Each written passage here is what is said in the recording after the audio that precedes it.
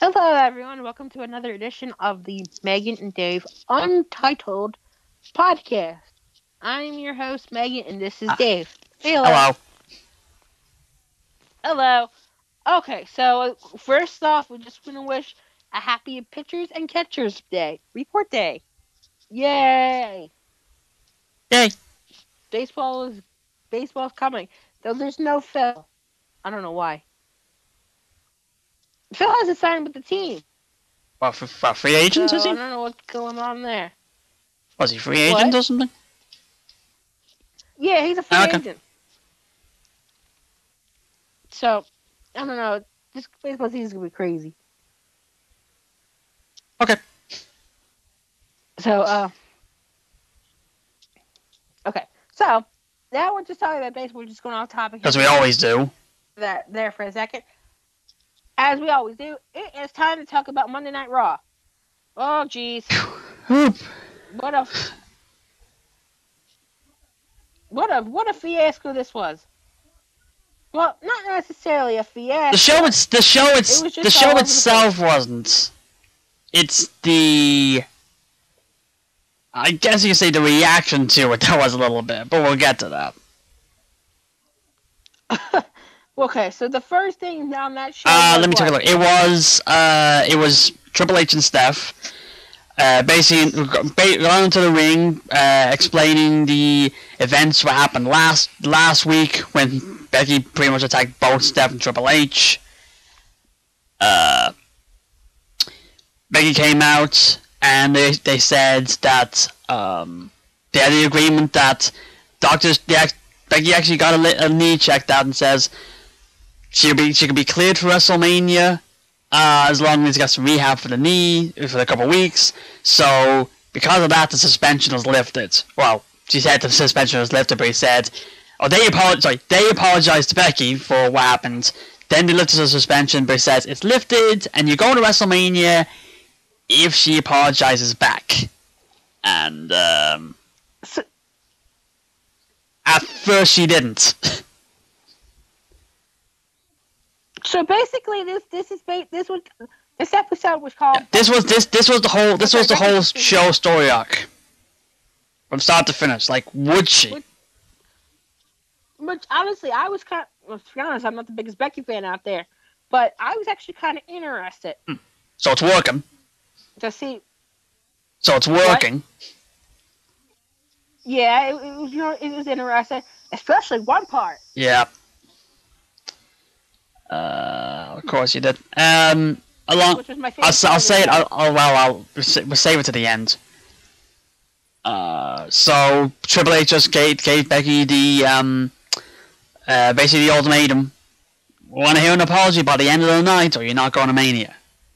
And then it was like basically the story arc. The whole show was, will she? So and there was at least like 5 different cuts to the whole show. But anyway, you know my favorite part stop talking about him. I know that, but don't make it always about him. Triple threat tag match with the 3 teams in the Elimination Chamber. So Sasha and Bayley, Nia Jax, Tamina, and the Riot Squads. The stip for this one was whoever got pinned would start the chamber. Which was kind of weird, because usually when you do all the stipulations, it's the winner gets something rather than the loser. But at the end of the day, Nia Jax pinned Bayley, so Sasha and Bayley are starting the chamber on the Raw side. Womp womp. Then you got Elias. With the first, we just kept getting interrupted.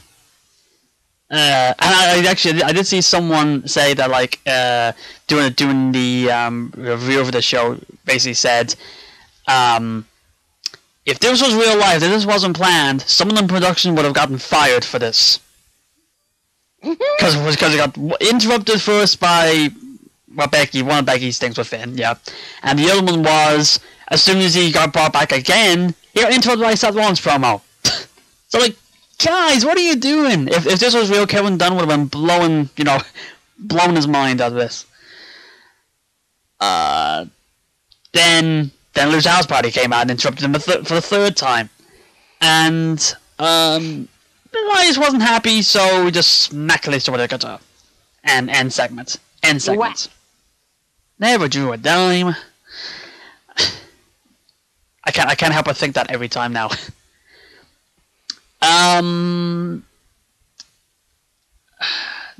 Okay, this is weird. Okay. Balor and McIntyre. Lashley and Russia are ringside because, you know, IC title feud. And, what was it? It was, Lashley beat up Balor at the end of the match because of the disqualification. Then, we got the Teddy Long special. Everybody come out to make a tag team match, player. What was it? Angle came out, Strowman came out, Corbin came out, and turned into a 6-man. For reasons. Teddy Long's dream.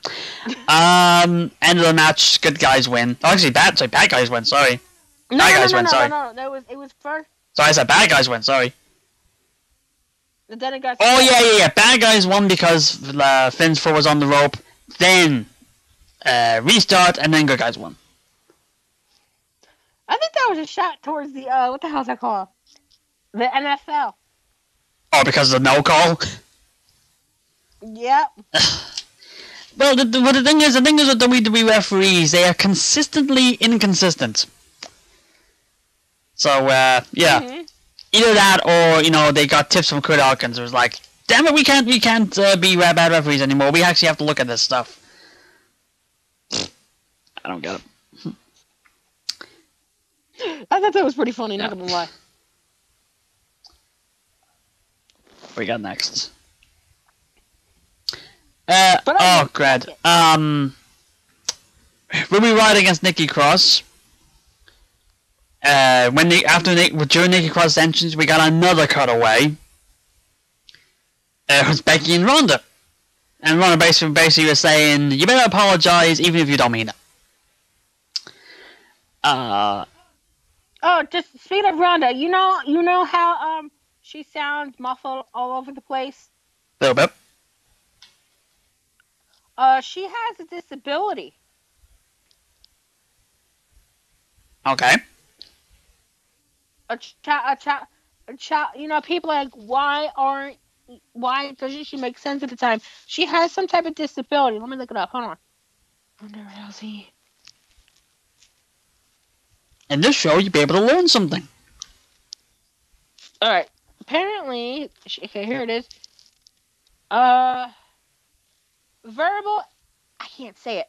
Verbal apraxia? Show it to me. Let me see. Let me see if I can see myself. Yep. Ronda has verbal. Oh shit! It's a motor speech disorder, which she deals with all the time. She still struggles with it, and she mixes up her words and mispronounces things like WrestleMania. Which, mispronouncing WrestleMania, and oh well. When you're working for the company, it's, I don't know. Oh well, it doesn't matter. She's in it. I mean, I understand it, but I think people should obviously lay off her because disabilities can happen to anybody. Yeah. Like sometimes you don't even know there's even disability there. You know, like people try to power through it. Mm-hmm. And fair play to those people. Like I can tell you right now, I have a learning disability myself, and obviously that's not going to let us down. And Lana, another SmackDown side, Lana, she has a disability herself too. Mm-hmm. So, yeah. Okay. So we had that, and it was like a Ruby Riott beat Nikki Cross. By the way, Ruby Riott is going for the women's title of the Elimination Chamber, in case you didn't know. Okay. And, oh my god, what are they doing? They called up Nikki Cross like 3 weeks ago, and now she's already nothing. She just got lost in the shuffle already. Why is WWE allergic to building up superstars before they bring them down? Like, I don't get why this keeps happening. I don't know. Why bring them up if you're not gonna do anything with them? Honestly, she should be on SmackDown. With Sanity, yeah. And by the way, Sanity, where are they? Hashtag where is Sanity? I don't know. I mean, Ruby versus Nikki was pretty good. Yeah, but too. you shouldn't have Nikki lose 3 weeks into a call-up. Even if it is to try to build up the challenger. Like, get Alicia Fox or something. Or, Mickey James out again or something. I know. This is just like, crazy. put someone else there that can take the loss. Not someone that hasn't been built up yet. It's basically saying... basically the impression that the WWE are giving are, here are these NXT call-ups. But they don't mean crap in the main roster because they keep losing. Well, not unless you're EC3. But he lost. Spoiler. He lost. Yeah. That's okay. Anyway, Rollins actually showed up this time. He did, as you would call it, the same damn promo he does every week. He does. What's it called? Heyman came out, teased Brock Lesnar showing up. He's not there. Then Ambrose came out, and this is kind of weird. Okay, he did a promo and basically just said, slay the beast.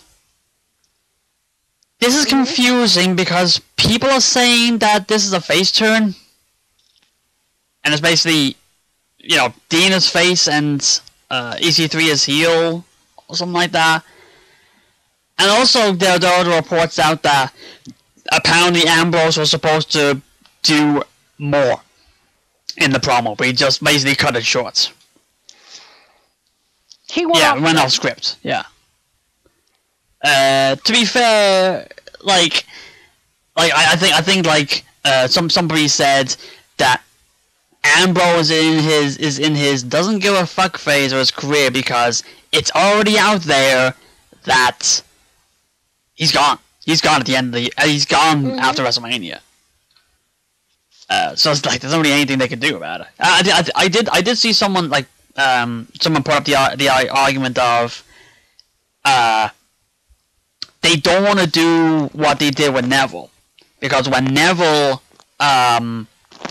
when they decided to have Neville sell out the rest of his contract, he was still his aura was still there, and it was like the momentum for him was still there all the way until he showed up again in the Indies.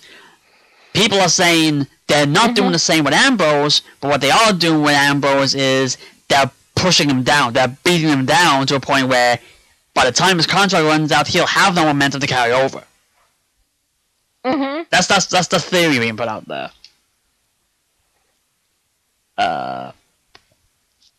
Proof of that. I guess.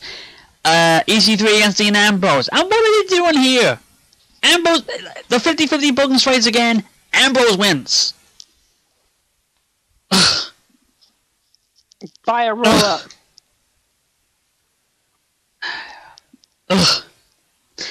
Okay. Becky Lynch backstage promo number 72.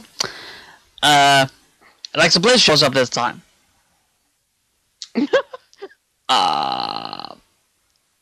Is Alexa Bliss supposed to be face or heel? Like, what are they doing? Like, I don't get it. Okay. Yeah, the one note that stands out here is like Liz calls Lynch a sellout, so there's that. And then Lynch comes back and Lynch comes back and says the only thing she's gonna sell out is WrestleMania. There.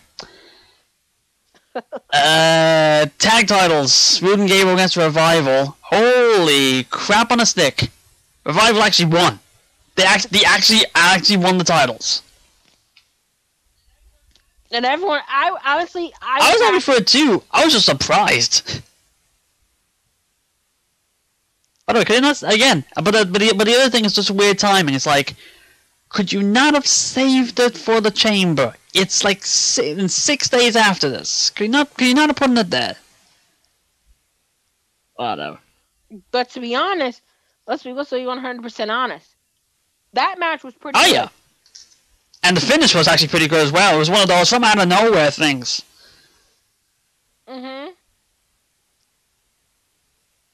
Actually, I was gonna say now watch them do the 50-50 booking and Ruben Gable win the title again, on Sunday. They'd be mad enough to do it. You don't know. You never know. But I'm just glad the Revival got the title. Yeah, that's good. Even if it lasts 6 days, good to see them have the titles. Oh, we don't want that. I didn't say I wanted it, but you know what WWE can be like. Mhm. Okay, the build-up ends here. The main event segments. Basically, it was basically said, "Will Becky Lynch apologize?" And she does. And then, like Triple H said, "You go to WrestleMania," and then Vince McMahon comes out. No, it was. Oh, sorry, Ronda came out to do the face-to-face. Then McMahon came out. And basically came out and says, "I don't believe it. I'm not accepting it. You're going to be suspended for 60 days, which happens to be 5 days. Which happens to end 5 days after WrestleMania." Now, knowing me, I started laughing because I knew what was coming next. I started busting out laughing on Twitter, so I knew exactly what was coming next. Because if anybody was paying attention, they'd know what's going to happen next. And then said, "Okay, Becky, you're out of WrestleMania, and your replacement, Charlotte Flair." And this is where the net. Oh my Kaboom! God. Alright, where do we begin with this? It was bad. It was bad. I don't. Oh, God. Go on. Can I start? Okay. I understand people don't like Charlotte Flair. I like Charlotte Flair. Hey, I'm not by, like, I'm a Becky fan, but I like Charlotte too. Especially the last couple of days. Okay, but here's the thing. If Charlotte is saying, people, I think a lot of people are not interested in the story because Charlotte's there, and people say, "Oh, Charlotte gets handed everything. Charlotte gets handed this because of her last name." Did it in the past? We've heard Charlotte say she worked hard despite her last name. Correct me if I'm wrong. I think it was like before she was given the Flair name and a ring name, she tried to make a name for herself despite the last name. Okay, I really hate the term "handed" because to me, I think Charlotte worked hard despite her last name, and because of this, and people think Becky is getting shitted on because of this. They're not looking at the proper story. Let's be 100% honest. Why did fans obviously at SummerSlam they booed Charlotte, they cheered Becky when she basically beat the crap out of Charlotte? Now, for that, I will say for that one is because of the exact same thing. Because the story for that one was, and WWE completely misread it. The whole story was Becky built her way into that match. And then Charlotte shows up out of nowhere, gets put into the match, and wins. So everyone was upset because that was a storyline where Becky was the one, the triumphant face, and she was the hard-working one, and then Charlotte just swoops in and takes it. Which also added to the reaction of when the quote-unquote heel turn happens. But here's the thing. You've had Becky prevail over Charlotte eventually. At Evolution, the last woman and Hell in a Cell match. And Hell in a well. That was when she won the title. Okay, yeah, I get that. Charlotte did get sort of revenge at Super Showdown, but she did not win the title. DQ. She won by DQ. But here's the thing. You gotta take a look at the storyline. And what kind of pisses me off is the fans bitch because they don't like Charlotte. But you have to look at the story perspective of this. And I laid it down. And I said, what the hell did I even say? Your tweets? Hang on, let me check it. I'll get it for you. Here we go. This thing won't. I just know. You can read my funny tweets. If this thing will load, yeah, I will. There we go. Megan's funny tweets. But The few and far between because I'm mostly going.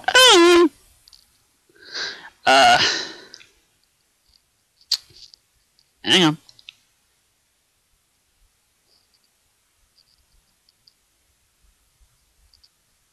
I don't know why this is taking the time for so long. Taking the time all of a sudden. Where is it?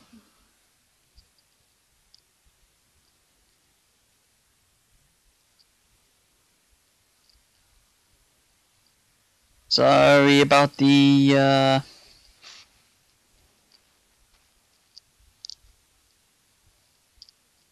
See, so many tweets between now and then. Oh, here we go. I think I got it. Yeah, okay. So it's just, that's not how it started. Son of a bitch. Here we go. Oh yeah, all the tweets, all the funny. Okay, that was that one. So here we go. It's like, okay, for those of you freaking out here about Charlotte being on this, you have to look at the story for this. Becky wasn't able to face Ronda because her nose got smashed by Nia, leading to Charlotte taking her place. Charlotte beat the shit out of Ronda at Survivor Series, but Ronda wanted revenge over Charlotte. Ronda cost Becky and Charlotte at TLC, leading to Asuka winning the title. By the way, good job of them by booking Asuka strongest champion. Where has she been the last couple of weeks? Both Charlotte and Becky have unfinished business with Ronda. This also gives Charlotte heat as a heel more, and Becky being a face. It's like, this is basically a WrestleMania 30 situation where nobody wanted to see Orton and Batista at the time, and they put Bryan in, and he won the title. The same shit can happen here. So calm your tits and enjoy this damn story. That's a typical Megan reaction.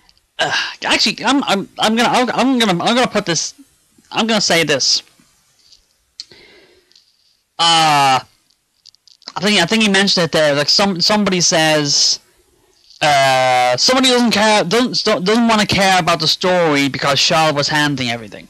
Being handed everything. Hello, the story is Charlotte's being handed everything. That's the story. Because who'd you say that? No, I'm saying that because it's like this is basically WWE saying this is the person we want in the match. This is the corporate choice. We don't want Becky in there because we don't want her in there. We're suspending her. We're taking her out.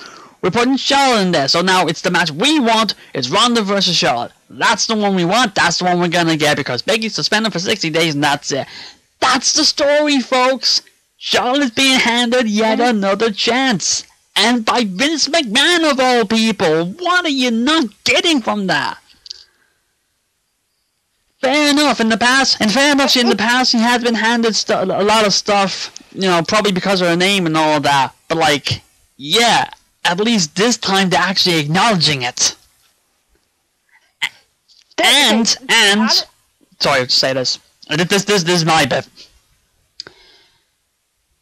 People being upset about, this, it's not being Becky versus Ronda. Okay. But I need to say this. Unless you were hiding under a rock for the last 4 months and have not been paying attention to any of the storylines since Survivor Series to now, who did not see this coming. All the signs were there. You list them just there. All the signs were there. It's like, for me anyway, as soon as they did the TLC thing with Ronda coming out and pushing both Becky and Charlotte off the ladder, I knew that's gonna be a triple threat no matter what. It's gonna be a triple threat. Like, if it was gonna be a singles match, it would have been. If it was gonna be a singles match between Becky and Ronda, they would not have Charlotte on that ladder as well. It's Ronda pushed the two of them, so both of them have beef. So I don't get it. I don't get why it's. We got to put this person on the spotlight. The response I got, where I said I'm not going to even bother.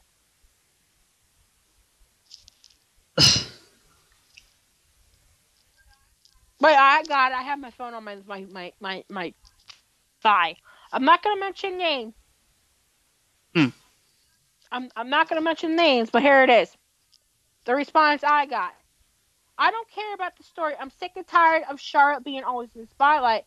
And I said, you knew she was going to be in this match regardless of what was going to happen. Charlotte doesn't have to win the title. This gives fans more of the reason to get behind Becky. She shouldn't have been. Shouldn't have been put in the match. I'll throw, James, go off. I'm going left. I'm going right. No, it's I'm just gonna throw back what I said. Like I said your bit, I'll say my bit. Because the reaction that I had was did I say it before you after me? Yeah, okay. This is what I said when I tweeted. I said I might be in a minority about the whole Becky WrestleMania match situation, but I like how they're building the match. Like I said, I never once thought it was going to be a singles match. I knew it was going to be a triple threat, but if you're going to make it such, that's how you do it. And if you're one of those people that doesn't like it being turned into a triple threat with Charlotte, I just say get lost in the story and the build and give it a chance. And the other thing I said was because all the talk now, like since this match was booked, was it's going to be in the main event. I said putting Charlotte in that match just adds to the possibility of being a main event. I think it's now now I'm not gonna say it as this is gonna be the main event because WWE like to twist it and it's like we have 5 main events on this show. No, I'm gonna say this. Putting Charlotte in that match and making it a triple threat has made it basically a 90% possibility of it going last. Being the show closer. The only 10% for me thinking of my logic is that they'll make it a main event, and it'll just be like we've got they'll still put the Universal title last because the other Royal Rumble winner. So like they'll put that last and have the triple threat be a main event, along with the Cruiserweight main event. No disrespect to the Cruiserweights, but you know what I mean. But here's the thing. If Charlotte, I'm gonna ask you this question. Matter of fact, I don't know who listens to this. I'm gonna ask this question. If Charlotte was not inserted into this match, I'm gonna put that underline. If Charlotte was not put in this match, what do you think the chances of Becky versus Ronda being the main event? I would call it probably a 50-50. I would say 45. Yeah, I would think it's like. But here's the thing. I'm sure that there's gonna be some people out. Actually, this is the thing. I'm sure there's gonna be some people out there that are thinking the only reason that match could be either was a singles match or was a triple threat. The only reason that match will be put into the main event will be because of Becky Lynch and being the hottest thing going wrestling right now. Sorry, let me try to do an impersonation Stone Cold. No way, because I personally believe that one of the main reasons that match will be the main event is because of Ronda Rousey. And I will say this: if Ronda Rousey, the talk lately last couple of weeks have been, she may leave after Mania and all that. I would think if this is Rousey's one and only chance, or one and only, actually, if this is Ronda Rousey's one and only WrestleMania as a singles competitor, this is WWE's one and only shot of putting up a legitimate, putting up a women's match as a legitimate main event, like having a legitimate women's match. Because I think any other situation, like the last couple of years, if it was any other situation, even if it was a triple threat where Becky wasn't as big as she was, if it was Becky versus Charlotte, just those two in a singles match, built up, so well, but nobody gives a damn, I would think if you were to put that match as the main event, it will come off as a sympathy. Like, it's like, oh, you're all talking about women's wrestling and all that, and you're one of the main event, okay, here, we just put it in there, and, you'll be happy and all that. No, this match was a triple threat with basically the biggest crossover name you've got in WWE, the biggest built person in the company for years, and the biggest name that everybody's talking about right now, the three of them in the match, that is a legitimate main event. And don't forget, two out of the, well, it's not, the women's triple threat is not confirmed. Oh, no. If anything, we won't know until during the show what will be the main event. If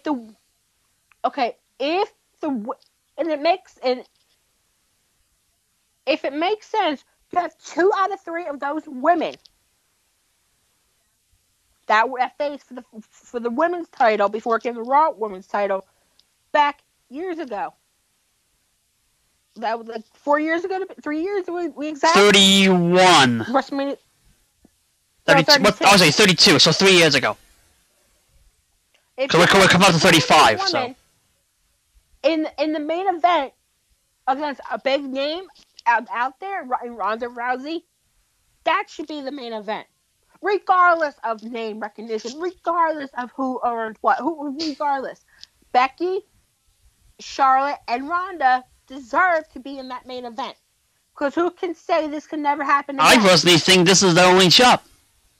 If it doesn't happen this time, unless something like this happens, some of this thing only happens once in a blue moon.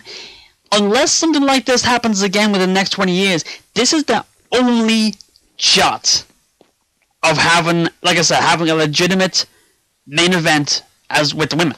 Like it's like, who like from a year from now, who knows if Ronda Rousey is gonna still be there next year? Who knows if the fan fed or the fan backing of Becky disappears in the next year? People could easily cool off for Becky the same way people cooled off for Charlotte, quite easily. But here's the thing. Here's another thing. It makes sense to have your leaders of the women's evolution and some of the 4 horsewomen in this match. Yeah. Yeah, like I said, it's basically, well, it's like I think it's with WWE, this, like I said, Ronda Rousey's name recognition could go away with the putting this in the main event as well, because this WWE could turn this into a big PR thing, because it's like, you've got Ronda Rousey, who still has the name recognition because Ronda Rousey.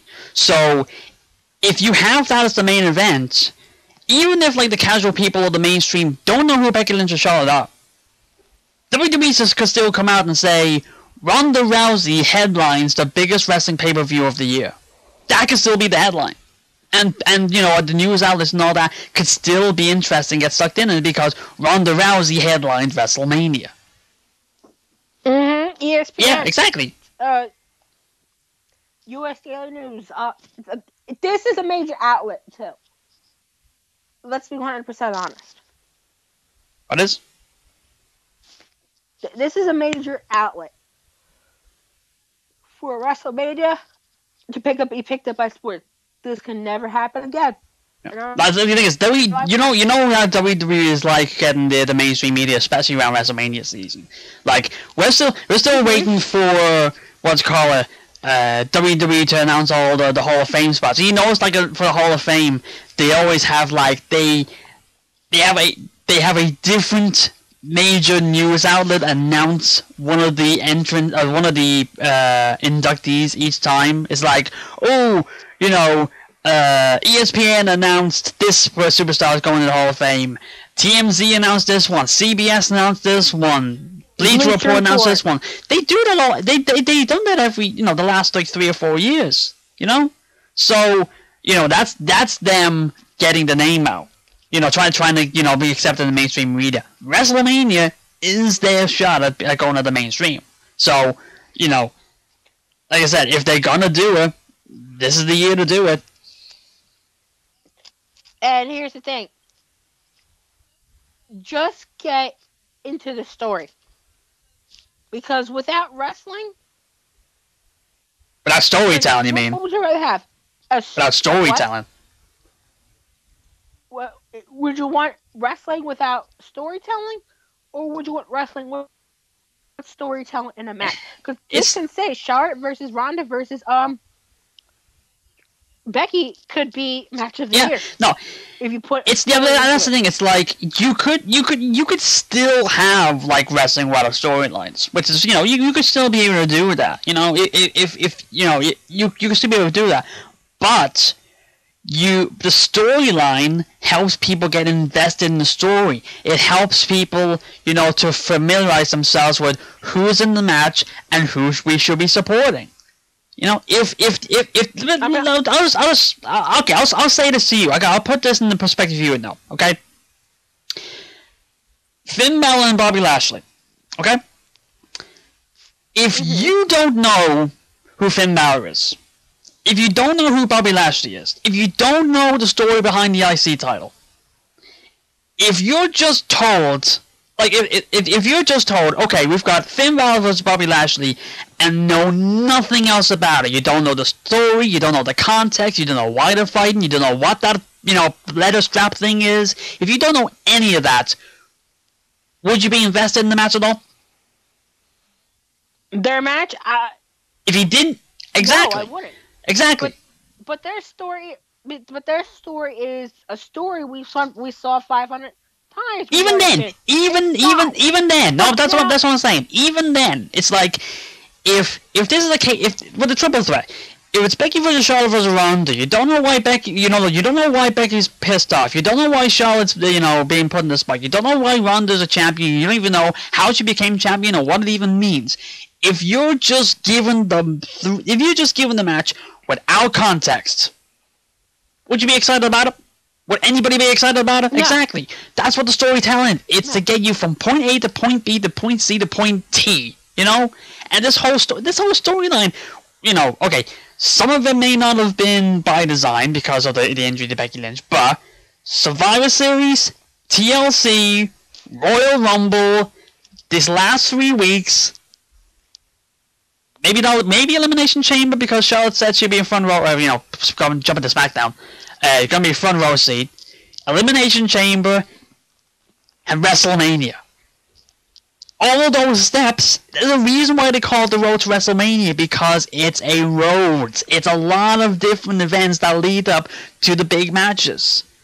And if you didn't have all of those, if Becky didn't have if Becky didn't attack Charlotte at SummerSlam, she would not be as big as she is now. People would not be invested in her. Mm-hmm. The whole reason that Becky Lynch is a big star right now is because of storytelling. Mm-hmm. Whether WWE would like to admit it or not, their storytelling, for good or for ill, put Becky in that spot. If it was a case of the match happened and Becky Lynch just attacked her for no context whatsoever, Becky Lynch would be a sore loser and nobody would like her. Mm. But the build-up for the last month put her in that spot. I honestly, this is not me being a Becky fan. This is me being a wrestling fan. I'm being a storytelling fan. Mm-hmm. Because now I know how you feel ranting all the time. Jesus Christ.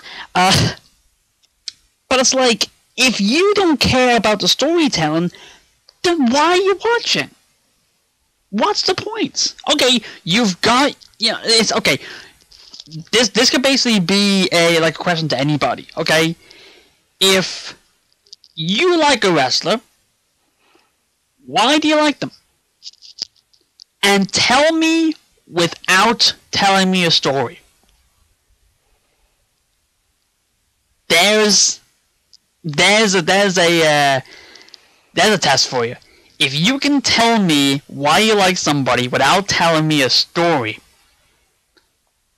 I'll give you my hat. Okay, you want me to? Okay, if you want to try, go ahead. Who should I give? I don't know. Anybody. Okay. The reason why I like Finn is he's talented, he's beautiful, he's caring to his fans, he has a big heart, and he should be on top. That itself is a story, because you're giving me reasons. He's talented. How do you know that? He's caring. Wow, how would that be important? It's just he's caring because he cares about his fan base. And why do they care about why do they care about him? Because how do we know that he's talented? Because he raised in the ring. And why is he raising in the ring? What is he doing in the ring? Yeah, and why does he wrestle in the ring? What does he do? There you go.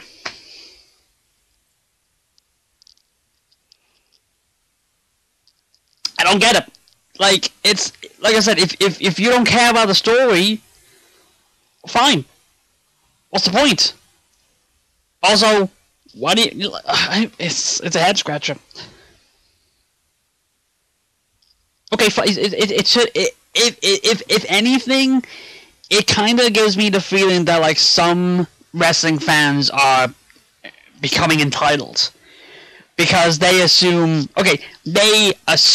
that even with WWE saying it's we give the fans what they want and all that. Okay, fine. Fans, some people think that they're entitled to, WWE must do absolutely everything that we're told exactly the way we want them to tell it. Bullshit. That's not how it works. If anything, the best stories are where we don't know where it's going, and the ones where they play with our emotions. If anything, the most, a lot of wrestlers say, the most important thing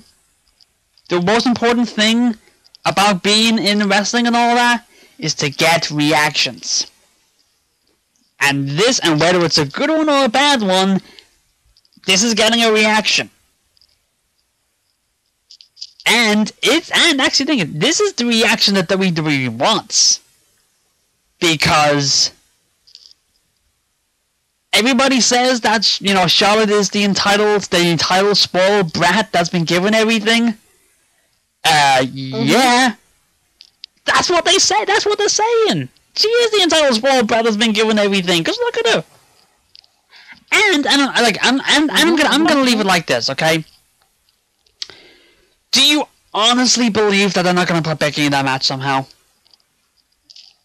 They're gonna put her back in the match in one way or another. And also, it's not as if there isn't anything that's not gonna happen between now and WrestleMania, because hello, they're giving us the big red flag of 2 weeks from now with the Ric Flair thing. That's a big red flag that something can happen. So, okay, Becky didn't show up on SmackDown. Okay, fine, that's part of the story. That's another thing I have to say. That's another thing. I don't know how many people out there have actually been thinking this, but I wouldn't be surprised if they do that.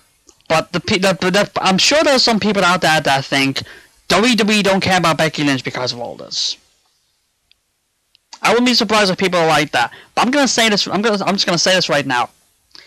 If WWE didn't care about Becky Lynch, A, they wouldn't have had her win the Royal Rumble. B, they wouldn't potentially put a WrestleMania main event with her in it. And C, they wouldn't have had her be on both Raw and SmackDown the last 2 weeks. Both shows. The only other name that I can think of off the top of my head that during this brand split has been allowed to be on both Raw and SmackDown is John Cena. And Brie Bella, I think, as well. But John Cena. So, if you're in the same breath as John Cena, there's a reason behind it. I'm going to stop there before I start getting more grey hairs. But Cena put Becky over in 1 week and put Finn over. Which goes back to me saying, like, a couple weeks ago, someone tweeted out, it's like, John Cena put over Finn Balor and Becky Lynch in the same week, so no one in Ireland should ever boo him again. I won't. Anyway, well, I didn't either anyway. Okay, so moving on because I'm getting myself worked up too much, and like I said, now I know how you're feeling. Whew. Wrestle fans they can sometimes, you know. But it's like, for me, it's just one of those things of like, I gotta, you know, not pay attention to it sometimes. At least I know the Becky fans that I actually follow, like I do follow a few of them, at least they're level-headed a bit. Like, they may, like one particularly that I follow, not necessarily likes having Charlotte put in the match, but doesn't go on a big tirade saying, oh, she's an entitled bitch and all that. Like, I don't know, I'm going with it. Anyway, SmackDown. Charlotte comes out. Good start. Basically pulling a Bill Del Rio and saying WrestleMania is a destiny. And basically playing off like the, being the, what's the words? I can't think of the word, but it's like the condescending friend, I guess you could say, basically say, oh, Becky Lynch is my friend, I'm gonna win the WrestleMania for my best friend, Becky Lynch. Can we just keep Charlotte Flair as a heel forever, please? She does better. Yeah, it's like, there's some wrestlers that just do better as a heel, and Charlotte's one of those. Like, they're trying to keep her as a face. Like, that didn't work. She's a heel. She's gonna be a heel. She's a proper heel now. Keep her as such, please. And again, this is me being the Becky fan, and I like Charlotte. I like what she's doing. So, like, they do exist. Actually, the one thing I point out here said, she said that Mr. McMahon chose a future Hall of Famer over someone who had just been good for a few months. Yeah. Okay. SmackDown's version of the Triple Threat tag, Carmella and Naomi versus Mandy and Sonya versus the Iconics. Team that gets pins gets the, opens the chamber for the SmackDown side. Naomi pins Mandy. So Mandy and Sonya starting, the chamber. And the Iconics just take out Naomi and Carmella. So, there's that. Okay, so it's gonna be, so the start is gonna be Sasha and Bayley against Mandy and Sonya, which, actually no, that's heel versus, for a second I thought it was heel versus heel, but no it's not. Miz TV with the Usos, long story short, Usos just stupid kicked, Miz and Shane at the same time, and boom, there you go, that's your tag title match. Then SmackDown's big show story arc for the next like hour and a bit, the Gauntlet match. Oh, context. It was announced that Mustafa Ali had been taken. It was supposed to be a Gauntlet match with the 6 participants of the Elimination Chamber. It was first announced that Mustafa Ali was out of the Gauntlet match, and then it was announced that Mustafa Ali is out of the chamber entirely. Apparently, from what we could tell, he got a concussion at a house show. So yeah, it's like, man, this could be his showcase, you know. Really, his chance to to shine, but unfortunately, it just hope he doesn't disappear because of this. It's sad. It's sad. So it was announced that one of the New Day would take the spot in the Gauntlet match. I don't know if they're taking the spot in the Chamber match as well. We'll see about that. But it was Kofi that got to. Is he now taking the spot? Okay. He's in the match. Okay, so Kofi got put into the Gauntlet match, and definitely left an impression on everybody. You can tell he. Oh yeah, no, it's like it's one of those things that tell you that like he's very underrated. And keep in mind, he's been around for what, 11 years. So it's mad. Because he said, I waited 11 years for this. Joe choked him out. Well, hang on, we're jumping ahead here. Just a quick, we have to do a quick rundown. It started as Bryan versus Kofi, and after like 20 minutes or so, Kofi actually pinned Daniel, which is that's big. Then I actually forgot the order. Then it was Hardy and Kofi beat Hardy, and then Joe came out, and they redid the Bret Piper finish from WrestleMania 8. Yeah, it was this. Joe had the Kakita Coach on. Kofi did that. Well, actually, second attempt did that little walk up the turnbuckle and back. Got the pin. Joe was like what Finn did at Dallas. Well, yeah, but it's Bret and Piper did it first. Joe wasn't happy and choked out Kofi at the end. AJ came out, tried to be the good sport, but Kofi was like, "No, come on, fight me, and all that." And after a while, AJ just beat her with a calf crusher, and then out of nowhere, Randy Orton RKO. That's it, end of the show. That was it. Yeah, and Orton ends up. And Orton gets the last spot in the chamber. Okay. Somebody had to do it. But obviously, Kofi deserved to. I don't know why he hasn't been WWE champion yet. Because he's small. That's the only argument I got. You see, I hate where it says a small guy is champion. We're gonna eventually have a small guy as champion, sadly. But to be honest, if I smaller smaller guy, like not the tiniest, but smaller. Not muscleheads, basically. Who's on the roster? Huh? Who's the tiniest on the roster? Mustafa. Okay, yeah. Then it's who is after Mustafa? Hornswoggle? I don't know. I know who you want me to say. Alright, anyways. He's already been champion. But he's already been champion. Who? Finn has. Well, for a day. Sadly. Because Seth... That's no. Shit happens. Okay. That it? You gonna say something now? What was I gonna say? Okay, about it was Kofi. I think Kofi should be champion. Yeah. Or at least take him more legitimately. Yeah. And it needs to be about time. I don't. But this is the case of Kofi took the chance. He was given the opportunity, and he ran with it. So it's just a matter of what happens from here. Like, will they give him more of a spotlight because of this, or is just as soon as the chamber is over, he just goes back to what he was before? But I wouldn't be surprised if they do that. It's like he's just back to being a pancake thrower after the chamber.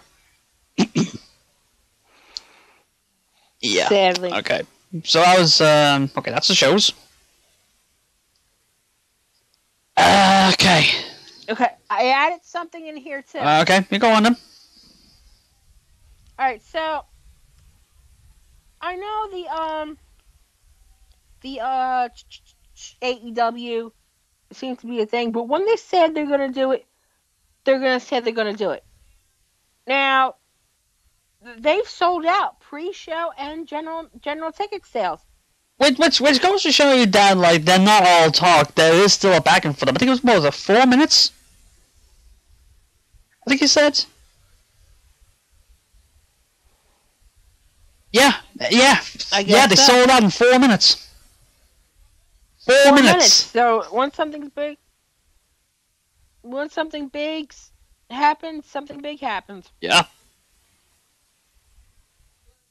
But another issue that came up was the whole thing that the post came up, and obviously I gave it to you, Dave. So because you're the better reader than I am. I don't. But what are you talking about? I don't have it. Go in your. Oh, great! Because now, I've got to load it up now. Hang on. I use the phone. Oh, you just sent it. Okay. I was wondering why are you dinging me? Why are you dinging me now? Where is it? Oh, this is the Cody thing, you mean? Okay. Mm-hmm. And obviously Brandy. All right. Let me see. Yeah, they say All Elite Wrestling wants to put on the best. Oh, see, this is wrestling news, by the way. As All Elite Wrestling wants to put on the best product possible. That means that they are looking at how good a wrestler is. This has nothing to do with what anybody does in the bedroom. This didn't occur to Cody Rhodes was brought to his attention. Some fans have gone off a little bit about the inclusion of some members of the LGBT community as a part of Double or Nothing. For example, Sonny Kiss is a great pro wrestler and he is gay. AEW only cares that he's a great pro wrestler. One fan commented praising AEW for including LGBT wrestlers and it piqued Cody's interest. As a guy, Brandy and Cody is super appreciative of you guys showcasing trans and queer wrestlers. It's equally important for you guys to address the rampant homophobia in some of your fan base with a lot of these comments. A message showcasing your disapproval goes a long way. It's like when Cody Rhodes heard about this heat, he had to reply, saying, we are promoting matches that's causing this apparent debate, which I immediately had not seen and instead had seen only excitement and happiness. The stand is in standing by these matches. Why would we signal boost hatred? Wrestling is for everybody and not everything is a scandal. So it's not AEW's intention to cause an uproar and have anyone feel unsafe. Therefore, Rhodes also said that All Elite Wrestling will be putting together a public address concerning this matter. And obviously someone on the bottom. Yep. No, go. There's more. Oh yeah, there was the second tweet on this post that said, responding to the first tweet, Cody said, this is not it. Transphobia is not a quote debate, it's bigotry. If you want AEW to be for everyone, you need to make it crystal clear that bigotry is not welcome at your shows or in your online spaces. Cody responding, we are putting a statement together on this matter. We want everybody to feel safe at the events, performers, fans, and staff, etc.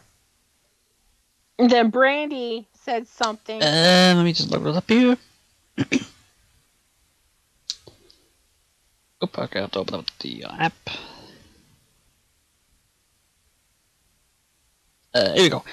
Brandy says, as we look ahead to Las Vegas, let's take this opportunity to make it clear that AEW is totally inclusive. We fully support and celebrate all of our athletes and all of our fans, regardless of their sexual orientation, race, gender, religion, or ethnicity, period. A safe, inclusive, respectful, and very cool environment will be central to everything we do at AEW. Be who you are and come as you are, because that's... We're all going to come together as a community to change the world. So here's the thing. It's not going to stop. That's the sad thing about it. Yeah, it's like it was like the argument of saying, racism is dead in America because they elected a black man president. Bullshit. No. Bullshit. That's. It's worse today. Oh yeah.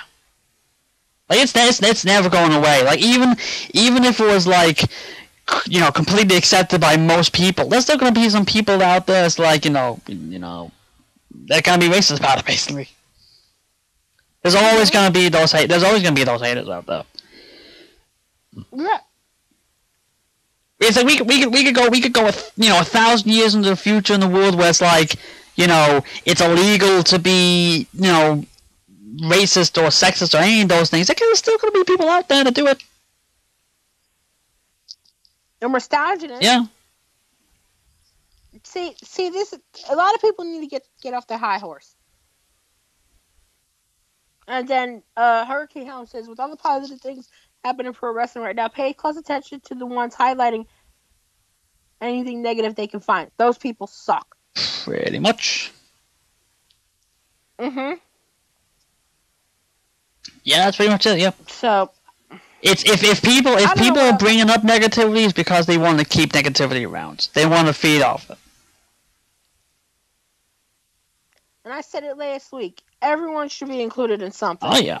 Why? Yeah, it's like why leave somebody out because of, you know, their race or gender or sexuality and all that? Like, why leave them out? I wish I had an answer to everything. Which we all did.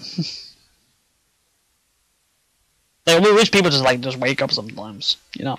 But I know, just wake up and smell the coffee. Stop being so damn disrespectful. There's nothing, you know, to be disrespectful about. It's pretty annoying. It's pretty damn annoying to be attacked. Very much. I don't get these people these days. But alright, so I guess it's time to predict. Okay. Back to happy thoughts, I guess. Elimination Chamber. This Sunday, so we do predictions. The first time we're doing it on this show. Yahoo! Well, we read our predictions last. Yeah, but we didn't announce them. Just, you know, during the show, you know. Also, I didn't do the graphic. Did you? I've got it set up. Yeah. Okay. I'm yellow. Dave is purple. Well, the colors don't work because we're only audio right now. Yeah. But you'll see the graphic. Yeah. Okay. So okay, we get okay. I'll just put this claim out now. There's 7 matches on right now as of Wednesday night when we record this. 6 main show matches and 1 pre-show matches. If one match, we predict those 7 matches. If another match gets added between now and Saturday night, we will add that to predictions and put it on the graphic. If it happens on Sunday, we're not gonna add it. So there you go. So. Okay. Should we ready to go? And before disclaimer, these are fine. Yeah, we're not changing them. It's like once we make our picks here, we're not changing them. Mm-hmm. Okay, so we start with pre-show because apparently there is a rule in WWE that if there's ever a cruiserweight title match put on a pay-per-view card, it must be the kickoff show. Because reasons. Buddy Murray versus Akira Tozawa. That's cruiserweight title. So who you got? Okay, I got. Buddy's gonna retain. Yeah, I don't see the title changing hands either. But I think they're going to do another one of those multi-mans. I would think at WrestleMania. I think that's when the title reigns. Ow! I think that's when. No, I just hurt my knee. I think that will be when the reign ends. Okay. Okay. The only non-title match of the cards, because Strowman versus Corbin.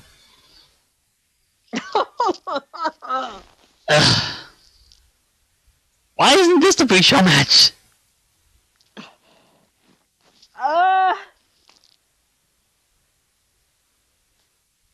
I'm gonna say fuck it. I'm gonna say Strowman. Strowman, yeah. This is basically a R.I.P. Corbin bit. Again. Because, we've already suffered enough, I guess. I don't know. Alright, your favorite match of the night. Good boy. Dicey title handicap match. Bobby Lashley defends the title with Leo Rush against Finn Balor. I think I know what you're gonna say. Dave knows who I'm gonna say. So I've been thinking about it. So, dog. Here's the thing. All right, where to start? When this match was announced, immediately I didn't think it was gonna be who? Huh? Okay. Here's the thing. Sorry, someone messaged me. I mentioned who. So here it is. As soon as I knew it was gonna be a handicap match, the wheel started spinning in my head with this. Now, Lashley's going in as champion. Have we ever seen a handicap match for a title before? Where a manager and wrestler are basically defending the title? In terms of manager and wrestler, I think there has been. I know there has been a handicap match for a title before, because that was last year, I think it was, with AJ against Owens and Zayn. That was a handicap match. Yes, that was I'm thinking I can see. I could swear that there was a handicap match with manager and wrestler. I think with Brock Lesnar and Paul Heyman. I think that happened before. Oh yeah, it did happen. It happened. It actually happened on one of the UK pay-per-views. I think it was Brock and Heyman against Edge. I think it was in 2002. Okay, so Brock did defend the WWE title. Brock did retain the title. I know. The thing is, this isn't the silliest thing, because we've had twice, I believe, WWE Championship changing hands in tag team matches. That is true too. So it's not the silliest thing that's happened. Okay, another thing I'm thinking is King of the Ring 2000, where it was Taker. It was Taker, Kane, and The Rock against Triple H, Vince, and Shane McMahon, and that was when The Rock won the title after pinning Vince.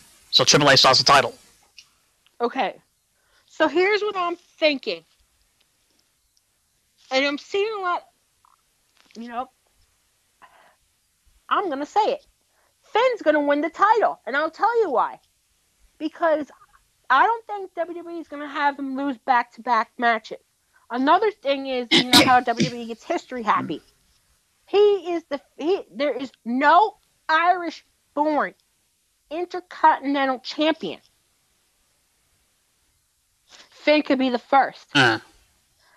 Leo can take the fall protecting Lashley. Lashley can say he was not pinned and get back the title at Fastlane. But will they really extend?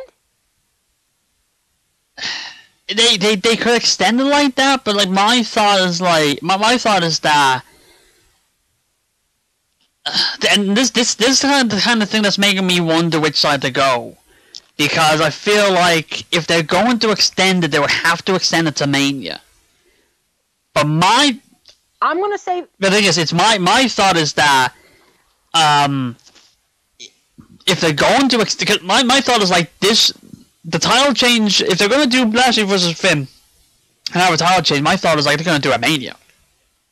But the other thought in my head is, if they're going to do that, if they're going to do this match And no, but the thing is, if they're gonna extend this, if they're gonna use this match to extend the feud and then do WrestleMania, then how could they be able to extend the feud if it was a handicap match against Finn and Finn loses? The only way they could do it is if Finn wins, and like you said, they have Lashley come back and say, "Oh, I never fairly lost the title because it was a handicap match. I never got pinned." And even then, my thought is, if they're going to extend the feud to Mania, but have Lashley still win the title, retain the title of Elimination Chamber, how likely is that? How likely is it that feud just going to end there, and we're not even going to get to Mania? This is 100% confusing. Yeah, I'm making it confusing. You're saying Finn, yeah? You know what? I'm saying Finn. Because if I'm saying Finn, Leo's probably gonna take the fall.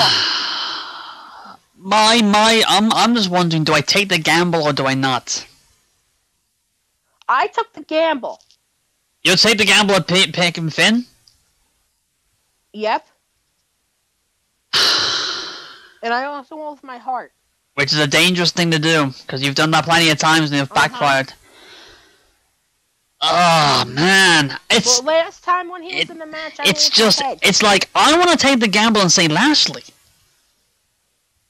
but I'm thinking, is there any other reason why they make this a handicap match for the title?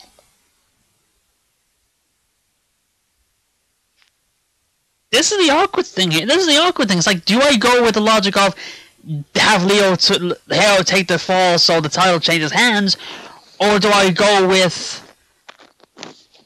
the,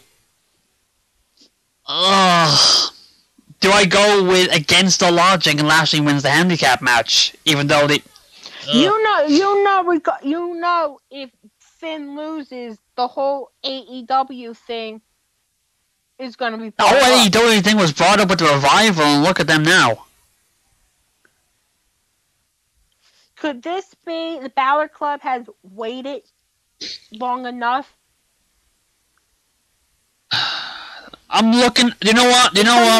I'm looking at the rest of the predictions, and I think I know where we're gonna go with them. So to make it exciting, I'm gonna take a gamble and pick Lashley. Oh shit! It's just I'm going against, like, you're going with your heart. I'm in a way going against logic. But this is WWE we're talking about. So, yeah, I'm gonna say somehow Lashley retains. In a weird way, I would kind of think what they could do is actually have Leo pin Finn, so that in a weird way they could set up Lashley versus Rush for the IC title. Because Leo, no, this is a weird thing they could do. They have Leo Rush win the match, win the pinfall, and then he could give himself the bragging rights as like, I won the match for the IC title, but you're still IC champion. How come I don't have the recognition myself? But wait a second. You can also, another thing that was brought up too is disdain. You can have disdain with Lashley and Leo. That could work as well. So say, for example, that's why I'm saying Leo takes the fall. If that's going to happen with my prediction. Because, if there's a video with Finn and, Leo and, the hell's his name? Lashley? Lashley and Lashley looks pissed off. And that can build up. They can be disdain either way. It can be. I don't know. That's why I said Finn, because Leo could take. Yeah, that's like kind of like I said. It was either gonna be the Leo taking the fall thing, or WWE fighting against their own logic. So it's like I feel I'm making the pick as Lashley, but with the way this match is set up, it's like 80% of the chance Finn's gonna win with the pin the manager route. That's probably gonna happen, and then you're gonna have to calm my ass down. I'm gonna have a probation. Yeah, I'm gonna be pissed off because I, decided not to go with the logic. Excuse me. So final. Yep, answer? you say Finn, I say Lashley. I'm saying that's it. Okay. Locked in. Final answer. To an easier pick, a much easier pick. Rousey against Riot. Yeah, Ronda. does anybody think Ruby Riot? No disrespect to Ruby Riot, she is not going to Mania as champion. All this build about Becky versus Ronda and all that. It's like this could be the singles match. How silly would it have been if Becky versus Ronda turned into Charlotte versus Riot? That's definitely a main event. Okay. I don't know what order I have these in, but I'm gonna jump ahead. SmackDown tag titles: Miz versus the Usos.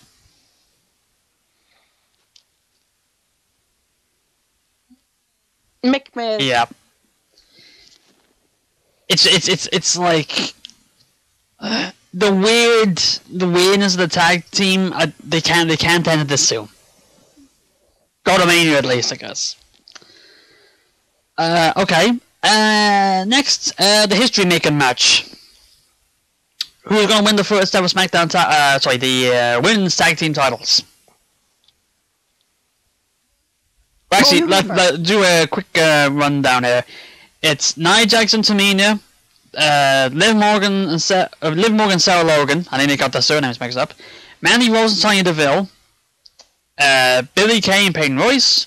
Bayley and Sasha Banks, and Naomi and Carmella.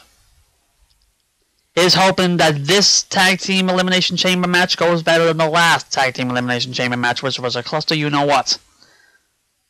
Yeah, I don't want to say it. Or as Effie video said, cluster fudge. That cluster frig. That video was too funny. Cluster frig. Cluster fudge. Did you see that video? I saw it. Yeah, you showed it to me. I couldn't stop laughing. Okay, so who wins? Who I think should win? Is it the case of who you think should win against who you think will win? Yeah. I've got that thought as well. You have a lot of good teams there. You have the Iconics, Bayley and Sasha. I'm sorry, Boston Hug. Samoan submission. So Samoan submissions. Was it? What was the name they used? Samoan Muscle, whatever. Samoan Muscle Buster. No, that's not it. Ugh. Well. They've Fire and Desire. Yep. Iconic. Yeah, well, there you go. I'm like a fabulous glow. Fabulous glow. Alright. You're gonna call me crazy. Oh no! I squad. Did you miss them? Who I think should win? Who I think should win?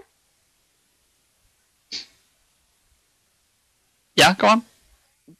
Boston Hug. That's who you think should win. And the Iconics. That's who you think should win. Yes, and I said the Iconics. Who I think will win? I think WWE is going to be mad here, and they're going to go with Fire and Desire. So something tells me Fire and Desire is going to win. So I really? pick them. Oh, yes, okay. I think that's going to happen. Well, that's just a rub in the face of Naomi. Yeah, that's a that's a real right field thing. I didn't think of that. For me anyway, I would have thought at the very least it wasn't going to be a SmackDown team. It wasn't going to be a Raw team. My logic going into this was team, and this is my final pick right now. Team that I think should win, Sasha and Bayley. But the team I think WWE would pick to win, Nia and Tamina. So you're saying... No, I'm not actually. Okay. For my pick, I'm gonna say Sasha and Bayley, but I would not be surprised if they put Nia and Tamina winner. Okay. So you picked. I picked the obvious one because they gotta have to have the legitimate first champions, and I think, no disrespect to anybody, putting Sasha and Bayley in that first spot would be more legitimate than having Nia and Tamina. And also, I kind of, in the back of my head, I don't know if this is true or not, but I kind of feel like if they give Sasha and Bayley the tag titles, it'll kind of be a bit of a conceit, or whatever that word is. Like a conceit for them, in comparison to, they get the tag titles in comparison to Becky and Charlotte getting the main event. You know what I mean? Like, I'm sure there's like a part of them that's kind of thinking, you know, Becky and Charlotte are gonna be in the main. They could have like that big title match, the big build for a match at WrestleMania. What about us? And I kind of feel like this is kind of something that may keep them happy. It's like, oh, we still got something, you know, like, you know. And also, it kind of continues the run of each of the four horsewomen. Actually, if this was the case, if Bayley and Charlotte, Bayley and Sasha win the women's titles, it'll mean that each of the four horsewomen would have claim to being the first champion of each of the belts. Charlotte will have the first for the Raw Women's title, even though it's just a women's title. Becky will have the claim for the first SmackDown Women's title, and Sasha and Bayley will have the first tag titles. So that's kind of my logic behind it. But like I said, even then, I wouldn't be surprised if they put Nia and Tamina in that spot. Even though, to be fair, Tamina hasn't really done anything. Though the one thing I have learned from Raw and SmackDown this week, Tamina can actually talk. Even though Nia keeps interrupting her. Damn it, Nia! Okay, well, that's that. So, yeah, so I'm going for the obvious one, you're going for the way right field thing. Though, storytelling-wise, that could work. I'll say that. What will most likely be the main event, the WWE title match, the WWE title Elimination Chamber, which would be Daniel Bryan as champion, AJ Styles, Jeff Hardy, Randy Orton, who will be coming out last, Samoa Joe, and Kofi Kingston, who is replacing Mustafa Ali. I really want to say Kofi Kingston, but I know that's not going to happen. Yeah, that's the real, you know, if Mandy and Sonya winning is right field, this is real right field. Whatever that saying is.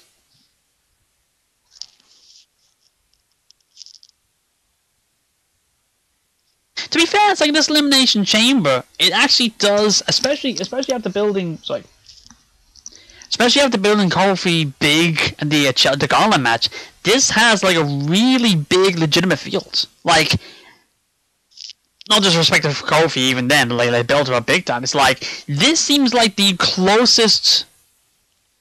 This can be as close as you can to having six legitimate title challenges in an Elimination Chamber match. Like, you could probably go back to maybe 2002, the last time it was this close. Having all six, well, you know, so Kofi to a lesser extent, being legitimate winners of the match. You know, you could see AJ winning the title, you can see Jeff Hardy winning the title, you can see Orton winning the title, Joe to a lesser extent, even though he hasn't been built that much, but then again, even I'm saying this about Kofi and Joe, was it last year? Last year Bray Wyatt won. And then you go, and that's another case of you gotta pay attention to the story, because that whole thing was story. I'm still kicking myself they had Randy Orton win. No. I'm still kicking myself that I still picked Cena to win the Elimination Chamber after Orton won the Rumble. I'm still kicking myself over that. So, who do you got?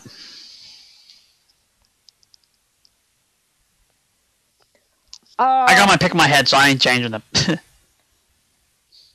I have Daniel. Yeah. Yeah, I got Daniel as well. It's like even with everything I just said, I still think Daniel's gonna win it as retainer. Like they have, it's like even with the new belt, they have new belt included. They're gonna have him go to Mania with it. Mhm. Sorry, throat. Get my gonna sore throat over all the talking now. Alright, so both Brian, yeah. Alright. Mhm. So with my phone going mad there for a second. Okay, so recap. Cruiserweights, we both said Buddy Murphy retains over to Kurt Tozawa. We both had Strowman beating Corbin. The IC title match, a disagreement. Wow. You say Finn, I say Lashley pretty much reluctantly. We both have Rousey beating Riot. We both have McMiz beating the Usos. For the Women's Tag Title Elimination Chamber, I've gone obvious since that's Sasha and Bayley. You've gone wild card with Rose and Deville. And for the WWE Title Elimination Chamber, we both have Bryan winning. So at least we have two disagreements. Mhm. Like the last, what was it? Takeover, we only had the one, I think. Not this last takeover. I think the one before that. Or one of them, anyway. Yeah. Yep. So, yep. Uh-huh. You have anything else you want to say? Yeah, that's it. Alright, so, well, let's pack it up. Alright, we're packing up. We're going home. We're going then.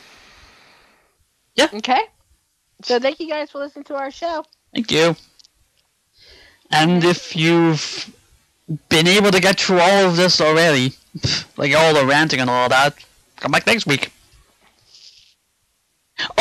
Actually, we should also point out that unless our fourth attempt of making a Twitter account has failed again, we do have a Twitter account. Yeah. So if it'll be like we posting all the shows on that. So if you want to follow it there, it is at Megan Dave Pod. So it'll be So it's at MEAGANDAVEPOD. So you got that. You can tweet us there and say something. We'll get back to you because we've got we've had the number of a grand total of 2 followers following that account right now, and you're listening to both of them.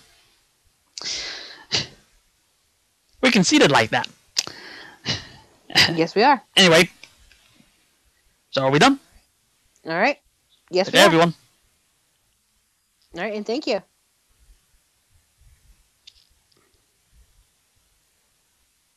All right, we're done.